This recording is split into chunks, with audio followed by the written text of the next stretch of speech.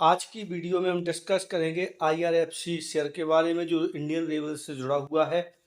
और इस शेयर की बात करते हैं तो आज यह 91 रुपये और 93 पैसे के ऊपर ट्रेड करता हुआ आपको नजर आया था।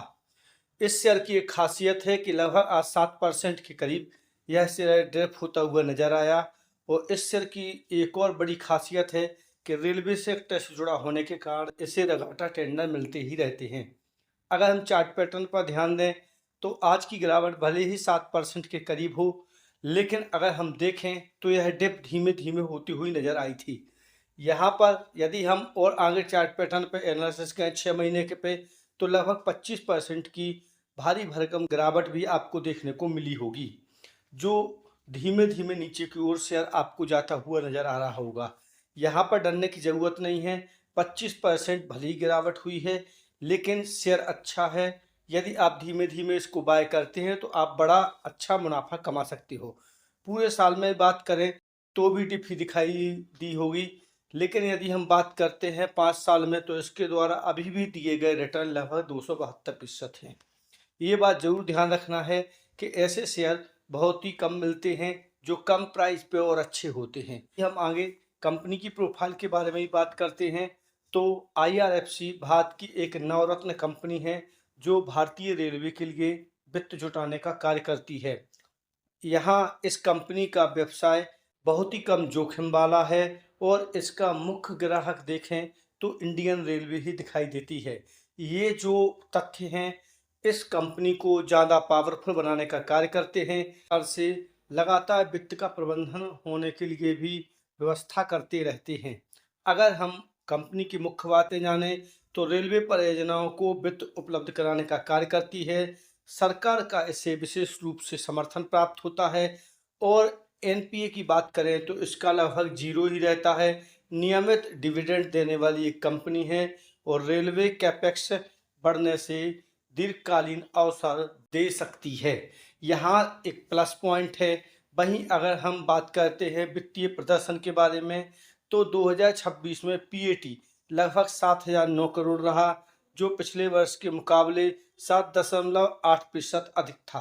कुल संपत्ति लगभग 5 लाख करोड़ के ऊपर पहुंच गई है। कंपनी का NPA शून्य है और नेट वर्थ लगातार बढ़ती हुई जा रही है। ये सभी प्लस पॉइंट कंपनी को ऊपर ले जाने का कार्य कर रहे हैं और ऐसा ही प्रदर्शन हमेशा करती रहती है। मजबूत पक्ष की बात करें तो सरकारी समर्थन है। भारत सरकार की हिस्सेदारी बहुत अधिक है। डिफॉल्ट जोखिम बहुत कम माना जा रहा है। अगर NPA की बात करें तो खराब ऋण प्रबंधन बिल्कुल भी नहीं है। वित्तीय स्थिरता आपको मजबूत दिखाई देगी। रेलवे इंफ्रास्ट्रक्चर ग्रोथ की बात करें तो रेलवे के बड़े निवेश का लाभ IRFC को हमेशा ही मिलता रहता है, जिसके कारण एक स्थिर आय वाला बिजनेस मॉडल यह कंपनी बनती हुई नजर आती है। और इसके अगर कमजोर पक्ष की ओर भी हम ध्यान देंगे तो कंपनी के पास केवल एक ही ग्राहक है, अतः यह कंपनी केवल भारतीय रेलवे के ऊपर ही निर्भर करती है और सीमित ग्रोथ जो कि बहुत तेजी के साथ नहीं दिखाई देती है, इस कंपनी का एक नेगेटिव पॉइंट है। मुनाफा बढ़ता है लेकिन इसकी गति जो रहती है वो सीमित होती है। वहीं अगर बात करते हैं OFS की तो इसका दबाव भी देखने को मिलता है। सरकारी हिस्सेदारी लगातार कंपनी के द्वारा आजकल बेची जा रही है, जिसके कारण अल्पकाल में इस पर दबाव बढ़ा हुआ है और यह कंपनी नीचे की तरफ आपको अभी जाती हुई नजर आ रही होगी। यहाँ पर कुछ नेगेटिव नहीं है, कंपनी अच्छी है।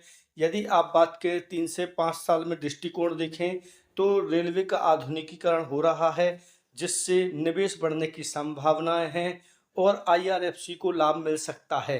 यदि बात करते हैं तो यह तेज गति के साथ मल्टीबैगर तो नहीं बन सकता, लेकिन स्थिर रिटर्न को देने के लिए इस कंपनी को जाना जा सकता है। हम कंपनी के निष्कर्ष के रूप पर चलें तो लंबी अवधि में यह निश्चित तौर पर सकारात्मक है। आप चाहो तो इसमें धीमे धीमे निवेश बढ़ा सकते हो। इसमें निवेश पूर्णतः सुरक्षित रह सकता है और निश्चित तौर पर यह आपके निवेश को ऊपर ले जाने का कार्य